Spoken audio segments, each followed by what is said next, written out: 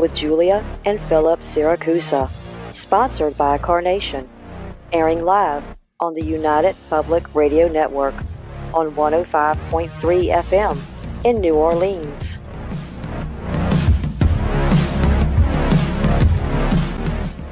This show's entrance has been edited, produced, and directed by Gwen Clapper from Perfect Trust Productions, LLC. You can find us at perfecttrustproductions.com. Hello, everyone, and welcome to Monday night segment of Horsefly Chronicles Radio with myself, Julia Siracusa, and Phil Siracusa. We're broadcasting live from the International Public Radio and the United Paranormal Radio Network on 105.3 FM from New Orleans. This evening's show is fully sponsored by Carnation, so we want to thank them for their sponsorship. We love them. You will have to do a few things in order to participate.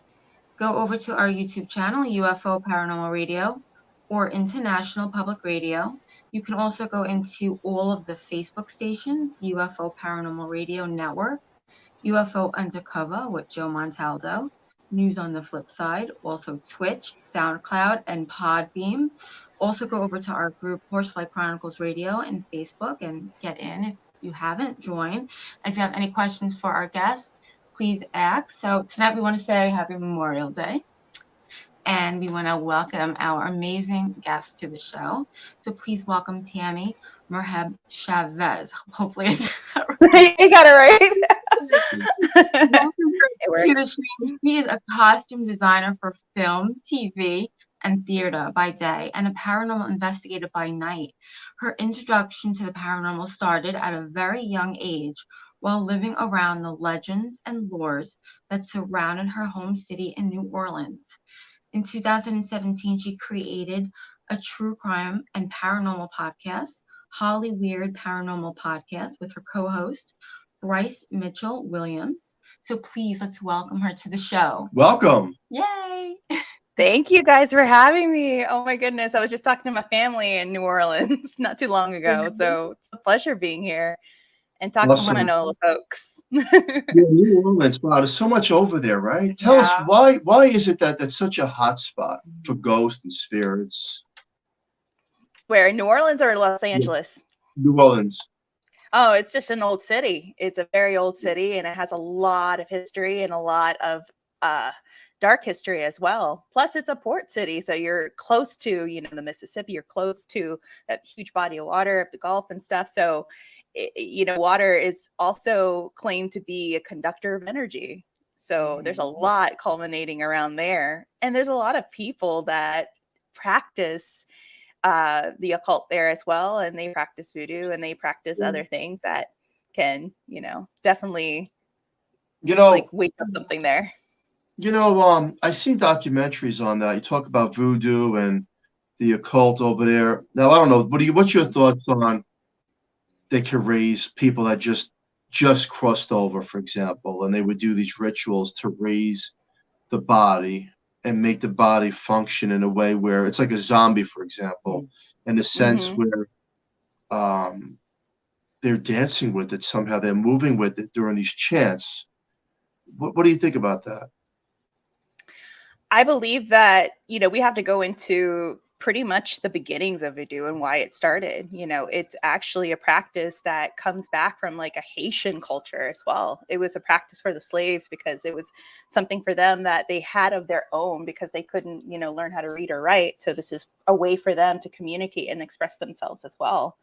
As for raising the dead, I guess you can say it was part of a practice from what I've read, to appease the gods or appease, whom they practiced to, whether it was, to their ancestors or to certain types of, I guess, deities. That was just their way of trying to communicate and, I guess, feed into their spirit. But it is a very interesting religion that I think people have like some sort of like negative or, or a different mindset because of what we've seen in film and what we've seen in shows and whatnot. But I think with a better understanding why they did it and whom they were appeasing, could definitely answer a lot of our questions. It's Definitely. interesting. There's so many documentaries on that. I know. And they actually, in one sort of sense, they were happy when someone crossed over. It's part of like, they go on.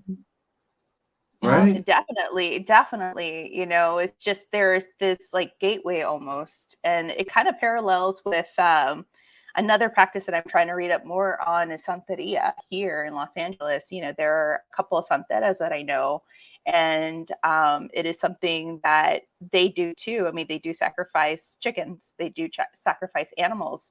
And I asked one of them in particular, why do they do that? Like, what is the whole purpose of that? Is like feeding blood to our deities. I think it's called like their Otans.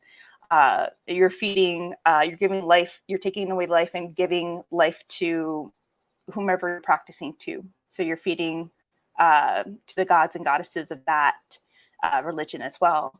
And crossing over, you know, there is this type of gateway from our world and the spirit world. And I feel that is also a reflection of voodoo. I mean, I could be wrong. That is something that I've heard, you know, and read in passing from others who are, you know, in the process of practicing it as well. Interesting. Very interesting. I was fascinated by that. Hey, Tammie, tell us, how did you get started in the paranormal, and tell us about your amazing career. Yeah.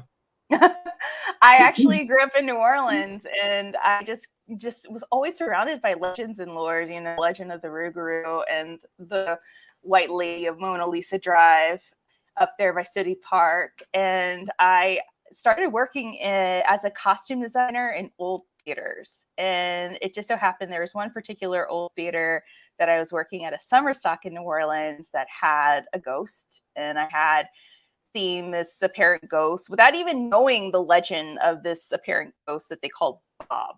And I just remembered I was cutting fabric in the foyer of the theater because we just ran out of space in our shop. And I kept on seeing a man in the corner of my eye dressed up in black standing at the foot of the staircase. And I was even talking to the gentleman because I thought it was the director. You know, it's like, oh, hi, Mr. Sean, how you doing? You know, it's going to be a long day. And it's just no response. But I kept on seeing like a man dressed up in theater blacks just looking at me like this. And when I kept on looking up, it was like no one was there, but I could swear I saw this man. Like I saw his black hair, his black facial hair, and his black clothing. So during lunch, I go into the costume shop and I'm speaking with the ladies of the shop. They've been working in that theater for 20 something years.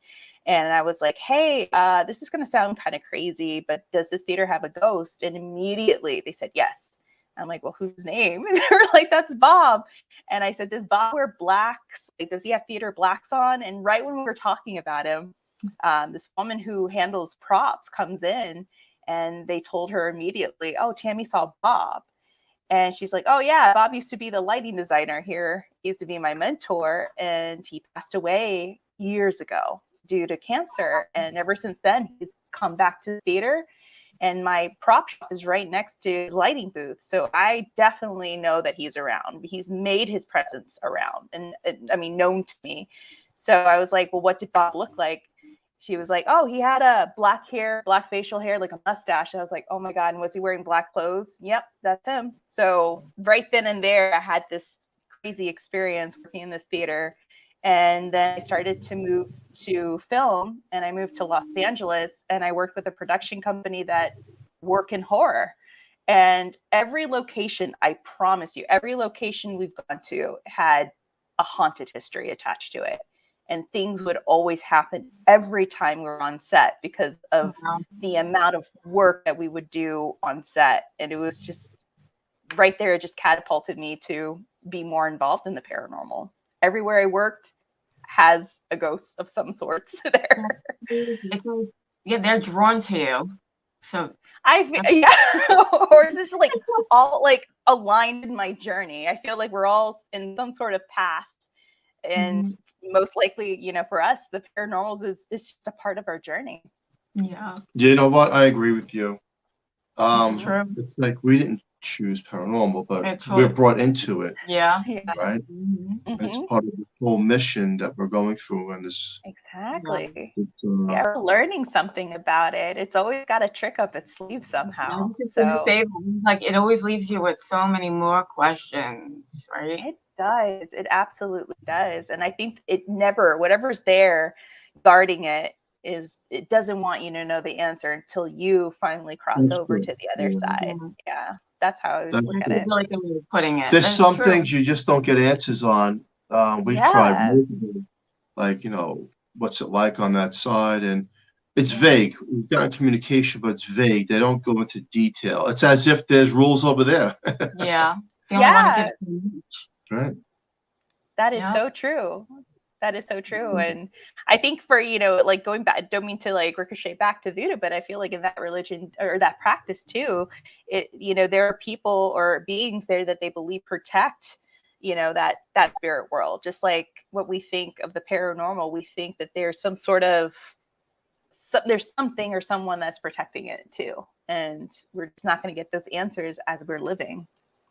I agree. Well, the good news Yeah. is we know that as paranormal investigators, we go on. Yes.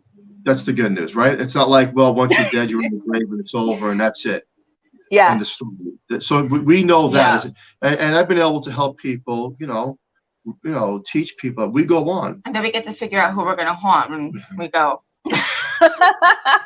Who would you guys haunt if you were a ghost? Who would you guys haunt? I always love asking people this question. I would haunt all my neighbors. I would want him and whoever. I don't know. I would definitely haunt all my neighbors. Yes. Aww. Yeah, I would haunt my husband too. Fascinating stuff. Amazing stuff. What kind of equipment do you like to use as validation? Pictures, recordings? Honestly, I kick it old school. I love using like a Sony recorder or the recorder on my phone or my iPhone. I was even told by a parapsychologist like that works because it has like a 3D mic on here, and I've captured some really astonishing recordings. And of course, I bring a camera, or I use the camera on my phone. Other devices, I love using an EDI or a K2 or a Melmeter that has a REM pod connected to it. And that one has never failed me at all. But I just like to keep it simple. I also like to bring a notepad and a pen to mark down the timestamps of when I felt something or heard something or thought I saw something, just so I know it's like fresh in my memory. Yes.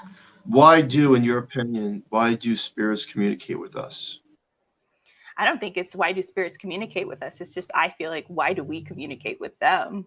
We see them. Why do they respond?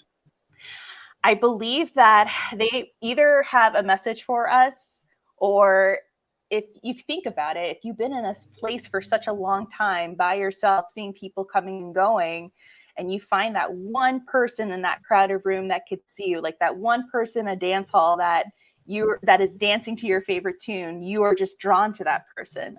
I feel like a lot of times too, that those entities or ethereal beings are just attracted to what we're so sensitive to, whether we can hear them or see them. And I believe that they get excited to where they want to communicate. They want to make their presence known. And it depends on the person, whether or not they want to move forward and kind of communicate back. Yeah. So in theory, do you think more people, even if you're not in paranormal, should try to communicate with those that have crossed over, even loved ones, as if they can hear them, the other side? Oh, yeah, I believe so. I mean, I've spoken to psychics who's, especially evidential psychics, who really encourage that as a way for them to, or for all of us to communicate with our loved ones and our ancestors, especially in my culture. Like, it's so important to pay homage and to speak to our ancestors. And that is something that I feel like we try to do and practice in our field in the paranormal. We want to talk to our loved ones. We want to teach other people that they are capable to communicating with their loved ones as well. Yeah. Has any loved one come into your dream after trying to contact them in the physical realm? Personally, Yes. my grandmother, yeah, I've always felt her around. And it's funny because I've had, other psychics tell me that she is definitely strong, like mainly around me, because she knows that, I still talk to her and I have her picture and I leave little offerings for her, because it's like kind of like a that personal moment that you're still keeping their memory alive.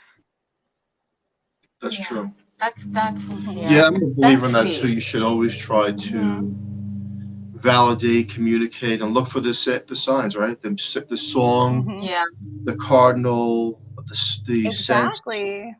things that Mm-hmm. could, because I believe they're trying to say, hey, I'm here. Especially if you have their things. I know with my grandma, I have a lot of her stuff. So I know that she, like, you know how they like to like guard, especially the older people, they like to like be around. They really do. And I feel like that is definitely a factor. What do you have in our closet? A lot. Okay, because something is in there. Oh, here we go. In the middle of the night, moving around. Yeah, yeah. I'm trying to think of something else, but now I think no, there's a lot of stuff in the closet. That's hers. Yeah. But that's, it's interesting, but, well, really. What? Maybe we can move it to a different part of the house so I can sleep at night. I didn't know this. And maybe she wants it back somehow. I don't know. You gotta have that Coco moment from Disney. It's like bring out the items of your ancestors, of your relatives, because they want to be remembered. I always feel like they always have our back, and it's always important to keep their memory alive. Definitely. Yeah. Mm-hmm. I definitely agree. What's your thoughts on reincarnation? Oh my goodness. I've read a lot of journals and a lot of accounts of individuals who felt like they've had past lives. And there was that one little kid that actually lived somewhere in the Midwest and believed that he was a reincarnation of a famous film producer that lived here in Los Angeles. And everything that he would describe to his mother paralleled with the life of this one producer. And there's been a lot of documentation proving that there is life after death, that there is such thing as reincarnation, especially in other cultures as well. And I mean, that's right there. You have documentation and proof that there is something beyond, this realm. There is something beyond that light. There's so many stories with children remembering. Oh my gosh. It's just crazy to me. Especially deja vu. I wonder if these memories stay with them throughout their lives, or they kind of like fade away. They do. No, they do. Oh, they stay with them. There's a lot of accounts as they're old. They remember their dreams. And when, there are certain dreams that they remember until they're old and gray, it's something that is like kind of like proof or a light, like that says that they were this person in a past life. It's crazy. Mm-hmm. Interesting. Well, tell us about your podcast. Oh, Hollywood Paranormal. So I started a podcast with Bryce Mitchell-Williams. We worked out of an old acting school in Hollywood, and the school was actually on the grounds of where the Charlie Chaplin studios, his personal dwellings once were, and they're still there.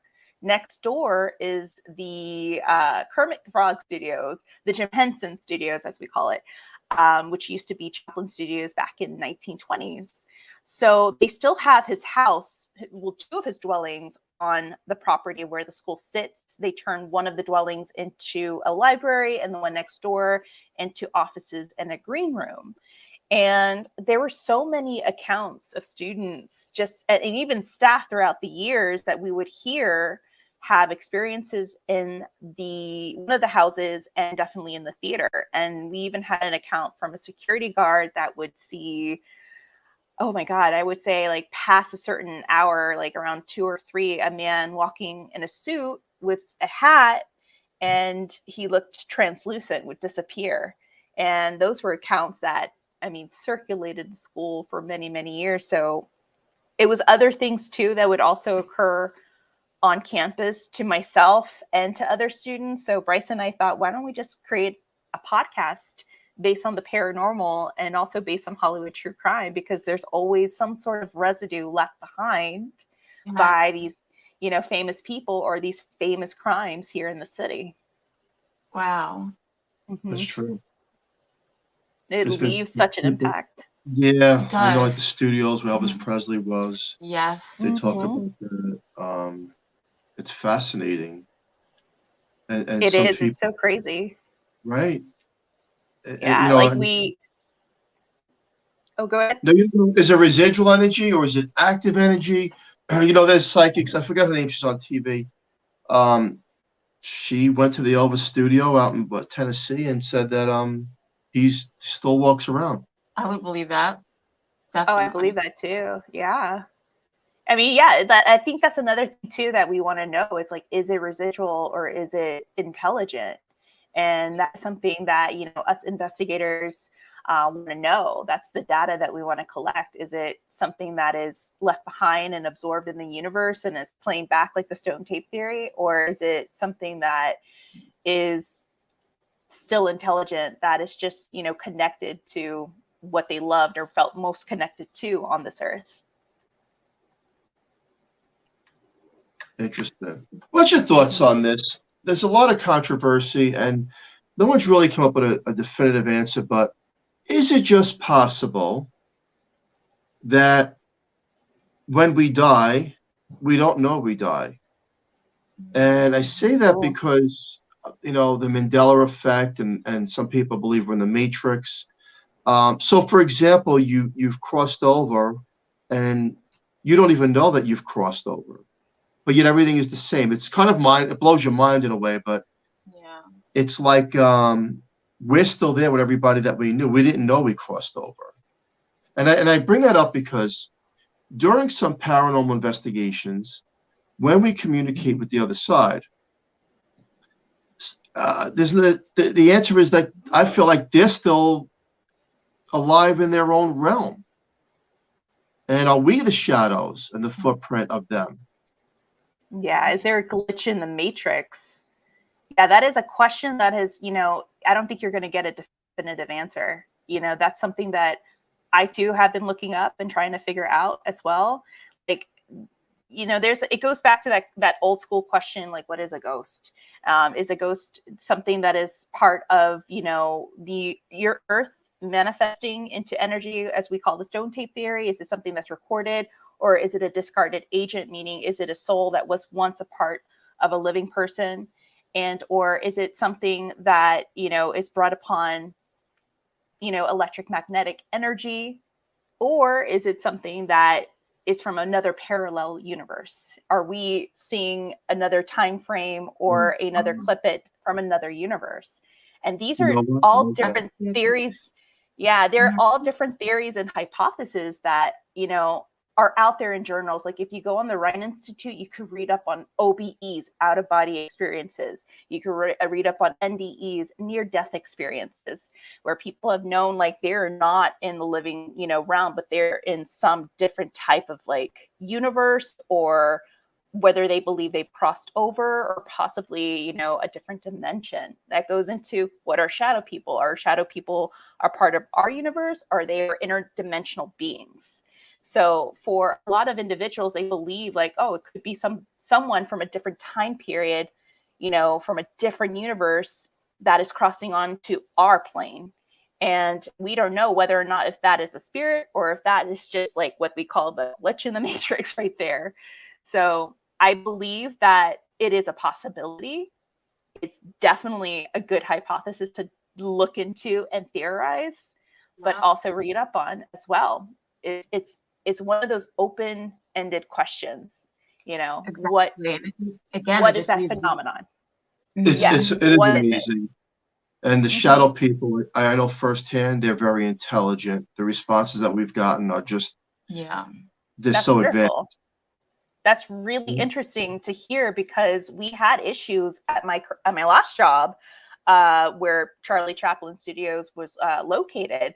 We had issues with students saying that they were seeing shadow people in their dorms, and these shadow people were very communicative. So that's really cool to know, like, from your data that you collected, that there's some sort of intelligence attached to them.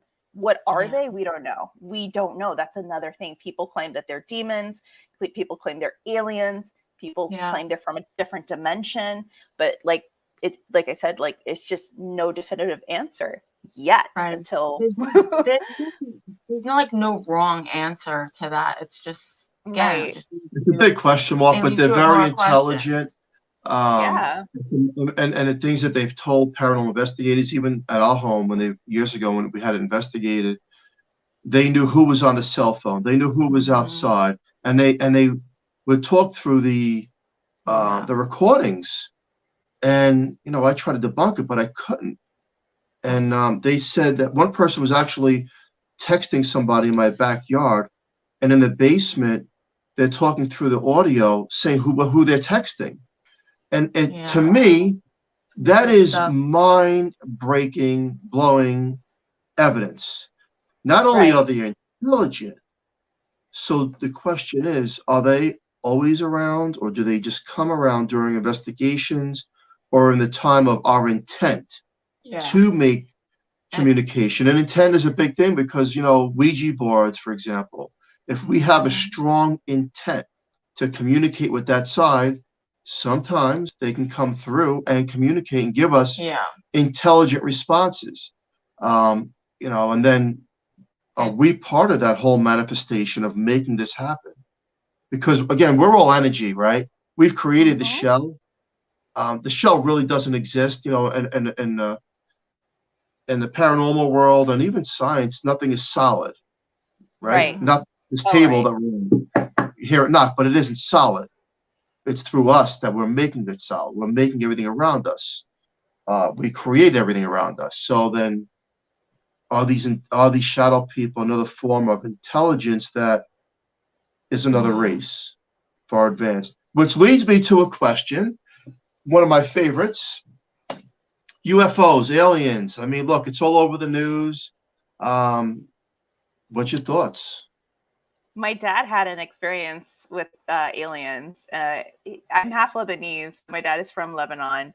And I have it recorded on my phone because I put it up on our Patreon for our podcast. But he has had an experience with an unknown flying object that flew over his cousin's house. He said that one night he was studying for exams at his cousin's house in Lebanon.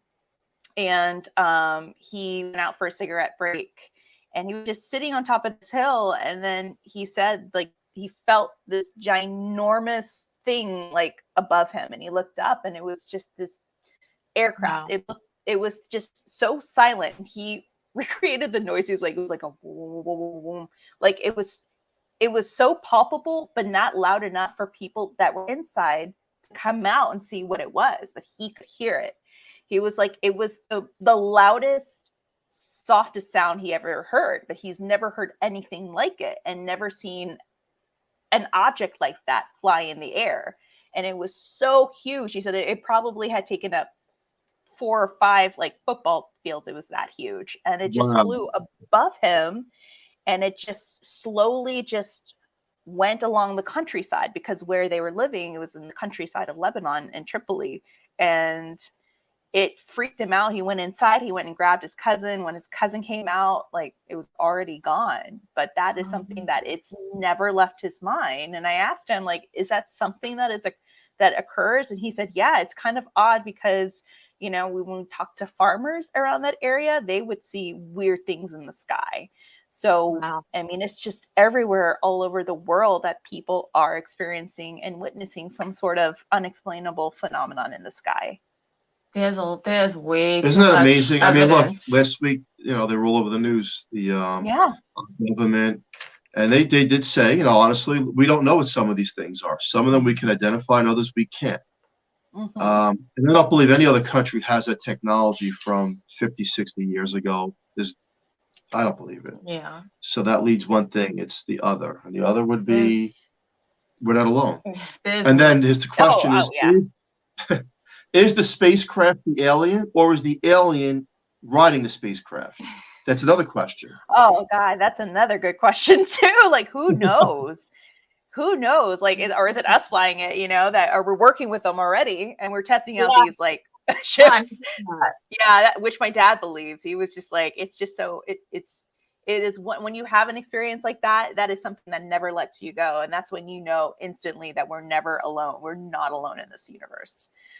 And there's something happened here. What year? We live in Eastern PA, but we're broadcasting from New Orleans. But 2007, July, there was a sighting, a UFO sighting. In Eastton, PA. And I don't think it's fair because we have to pay for gas, and we pay a lot of money. And I don't think it's fair that they go around, they don't have to pay for gas. Because I see one at the gas station lately, and that just kind of makes me wonder why I'm paying $5 a gallon and they're paying nothing. I want a spacecraft to go around too. I mean, they beat traffic. Right? They don't pay for gas. They don't have to get oil changes. They probably don't need a space wash. Right. Oh my goodness! You don't have to wait in line TSA in an airport. You know, you don't have to wait, in line and go through the cancellations of flights too. They lucked out. So I would say they haven't made it. Yeah. And ET, if you're listening out there, pick me up. No, pick me up first. I'm going first. I'm not staying with these kids. You're going. I'm going first. You're staying here with them. Kind of jealous. Maybe the aliens can come in and babysit your kids, and you're like, we're just gonna take this first spin just around the corner. We'll be back, and if you go don't around laugh, the world. if you don't laugh a little at yourself, you'll just end up going nuts, and that's the whole. I mean, look, between life that we 2020, 21, and 22. I mean, I don't even know what they're going to say next. Like Jurassic Park is real. I don't know what's coming next. We have murder bees. We have flying spiders with parachutes that are coming soon. Yeah.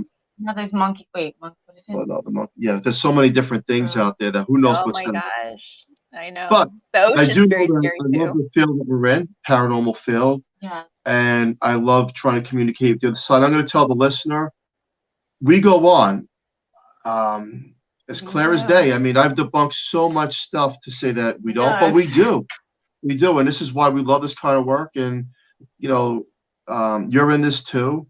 And, I'm sure you help people and teach people through evidence and your knowledge.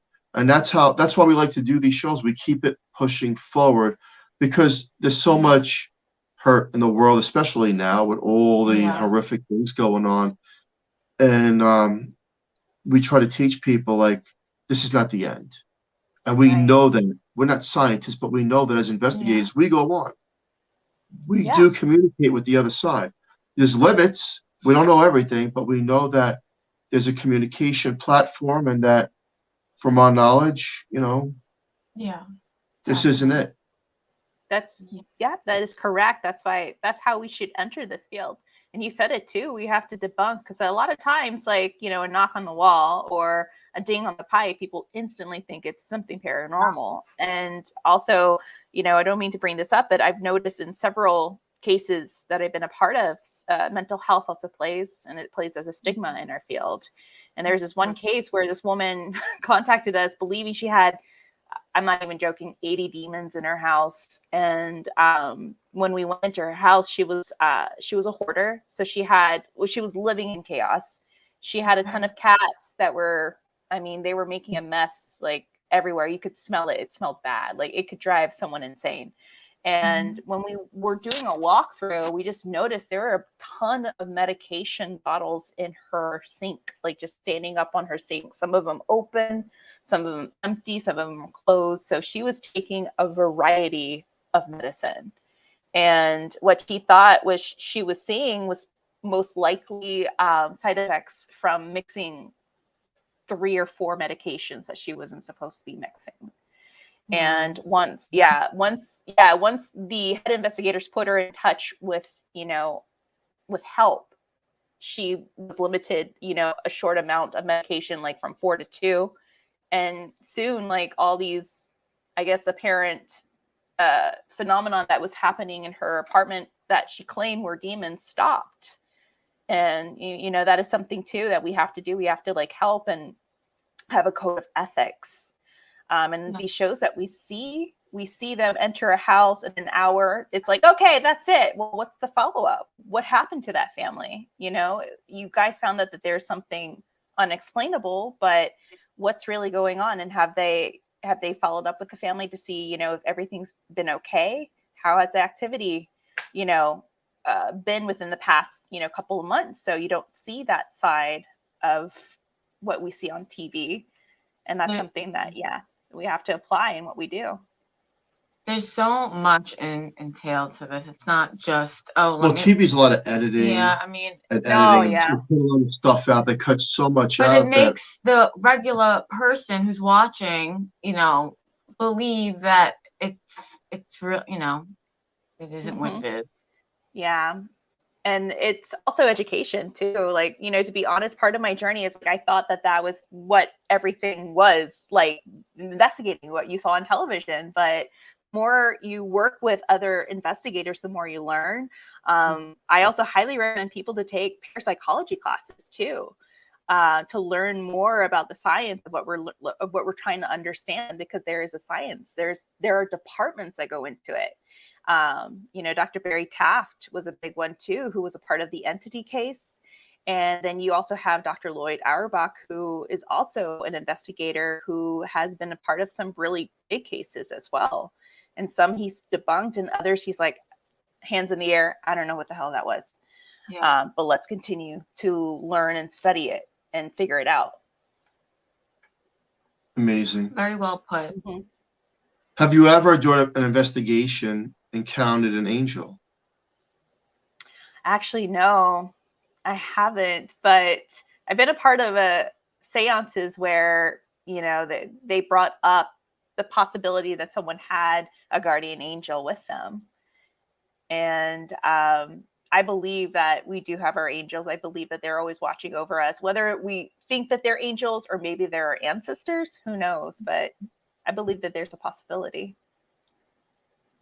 And tell us, give us a case where you investigated, right? Yeah, like something that was really. It gave you like the chill, like the goosebumps. I was at the David Oman house. I don't know if you guys are familiar with the Oman house, but we've interviewed him. Yeah. Oh yeah. And there was one instance that we were there with a big group of people, and I don't know if you're familiar with the house next door to his house, but that was the house that the maid from the Sharon Tate, that horrific day in 1969 of the Sharon Tate murders, that was the house that she knocked on and was able to go in to call the police. I've been inside that house, and that house is not good. It's just like, it's kind of like that is the bad, and David's is the more balanced. But something was up with that house next door that we believe was coming over. And we have it, David has it somewhere. We saw it on camera. We were in the earthen wall room on the 3rd level, and we were doing an EVP session with a couple of people in our group, and they were all seated in that room. And one of the girls asked the question, can you give us a sign of your presence? Let us know that you're here. And it was like this weird silence occurred. And then out of nowhere, the floor started shaking. It shook for like 2 seconds, and everybody left screaming. And I was like, can we keep calm? I'm just the one trying to keep calm. And I'm looking at the camera. I'm like, David, did you get that? And I could hear him on the intercom. Yes. And you better come up. So we watched the footage, and you see after that girl asked the question, you see this black mist go into the floorboards of the earthen wall room. And then literally, like, you see the floorboard shake and everybody run out. So we believe that whatever was there, because we were touring next door, try to follow us next door, and it was trying to come in. But it was definitely something that was so strong, and that physical can respond in that manner, that really, really spooked me. Wow. Mm-hmm. Have you ever had any attachments follow you home? I was told that I've had a couple of things follow me home. Just unexpectedly. Apparently I have an older woman in my kitchen that I picked up from Mexico, apparently. But I'm of the mindset. I know. I'm like, can she help me with the dishes, please? But it was really funny. No, I mean, I've gone to locations, and I've been read the same way by a couple of psychics that are like, you go in raw, dude. What the hell is this? And you come home and they're outside, but have you set your location? I'm like, yeah, because I really I'm of the mindset of, you know, if you go in with that intention thinking that something is going to follow you home, then something will follow you home. It's like you're offering that open invitation. I have the mindset where I set my space and I'm like, you're not welcome here. You're welcome outside, but you're not welcome in my safe space. And there have been times where my dog has seen things outside that we think, oh, it's probably an animal, but wait, there's no animals around here. So it's like, what is she really looking at outside? So maybe I've had a couple of things that probably have, but nothing out of the ordinary. Nothing really, nothing really Nothing evil. comes in, nothing bad, no. But as for that old woman in the kitchen, that I don't know. I've heard weird things happen in my kitchen, but I just kind of ignore them. I'm like, okay, just as long as you're not breaking glasses, I'm fine. So yeah, right. There was a movie based on a true story where they were breaking the dishes, the glasses, way back in the day. I don't remember off the top of my head, but there was a movie on that. I mean, they destroyed everything. Yeah. You know? Who's cleaning up that? Poltergeist? There was a poltergeist, but it was based on a true story. It was a real story. I just couldn't think of it. The Entity? I don't know if was it the Entity? Did they break dishes in the Entity? I don't. Yeah, they did a lot of other things in the Entity too. That was a crazy case. Bad movie. That was probably that was one. The scare. That and Emily Rose. It was Emily Rose. Oh my god, yeah, that one. I couldn't sleep for a week. Yeah, it was scary. It was just like the thought of like these things like really happening. She was raped by the guy, right? The male spirit. But and Emily Rose, I believe in. They could say, well, she had this, that, every other medical condition. But the truth is, if you see, she was a pretty lady, pretty girl, right? Yeah. And she deteriorated in a short time. Yeah. And then you hear some of the recordings, the real recordings, and you can't really debunk that, you know. You can't. It's really scary. And it's hard to understand because, like we said, they go after the weakest link too. So it could be someone who has a few issues going on, and it's so hard to like tell if it's like a medical thing sometimes or both or paranormal. It's very hard. Yeah. I mean, there is a reason why now, from what I was a part of a discussion with Dr. Lloyd Auerbach, but there is a reason why now parapsychology is trying to offer courses to psychologists that they should take parapsychology classes because they believe that now with mental health on the rise and people, not understanding like what's really happening in real time, that they should, investigators should bring on psychologists to do the evaluations, to do the interviews, to go through some sort of a panel with the client or whomever has experienced phenomenon in their house to double check, like, is this person in the right mindset? Is what is happening based on what they're taking, or is there something undiagnosed? Well, it could be both, right? Yeah, it could be both.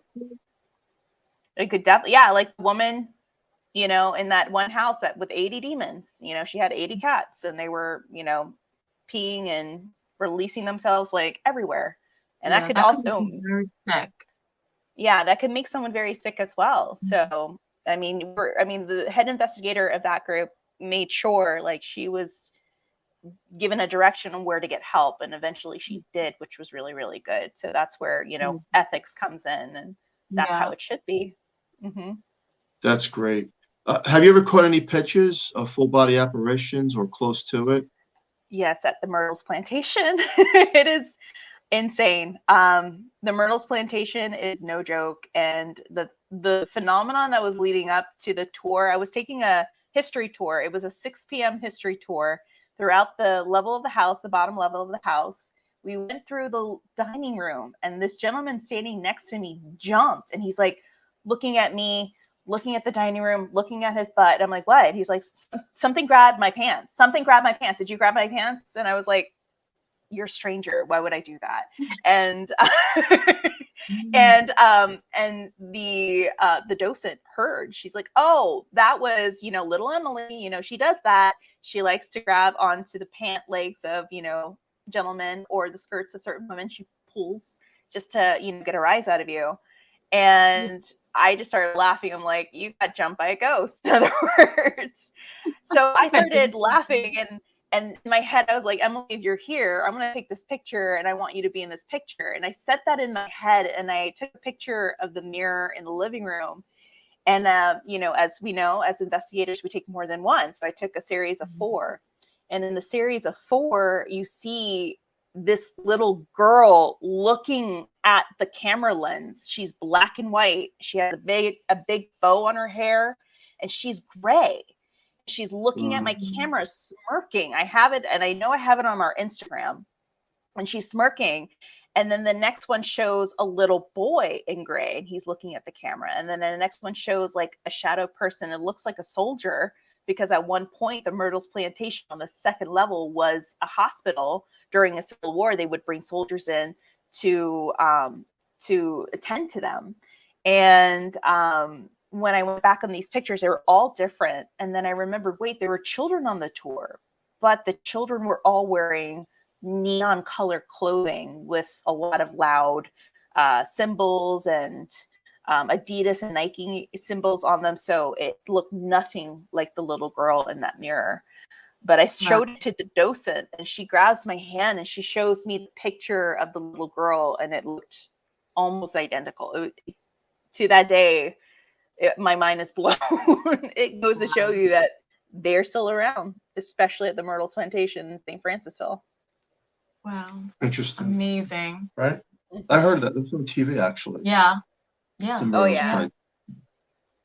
It's, I mean, people experience so much there. The accounts, we all go buy off of those accounts, and there have been full body apparition accounts and EVP accounts, everything, shadow people accounts, you name it, it's all there.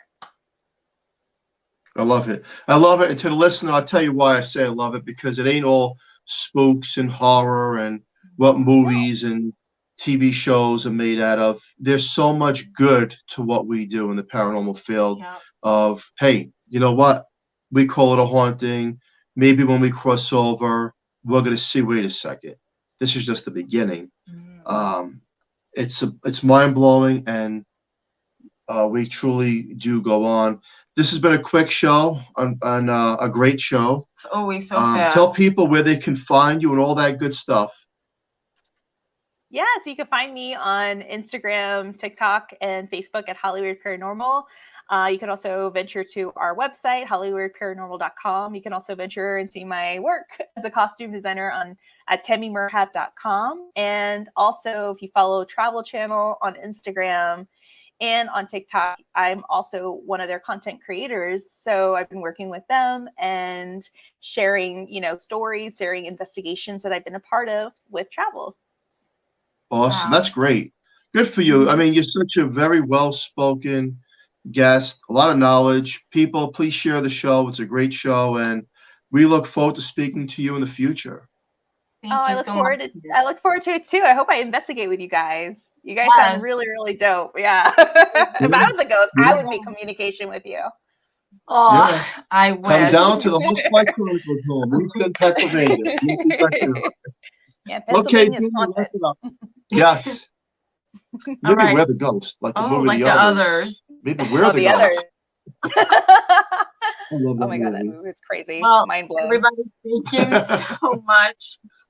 Thank you to Carnation for sponsoring the show. We love them. They've been sponsoring us from day one, and you can join us next Monday night, same time, 8 p.m. EST, 7 CT on 105.3 FM from New Orleans, and stay tuned for Trish Mo with The Missing Piece. Thank you, Tammie, so much for coming on. Thank you so much. You're a great guest. Thank you for listening, and we'll catch you again next week. Thank you. Have a great night. Bye.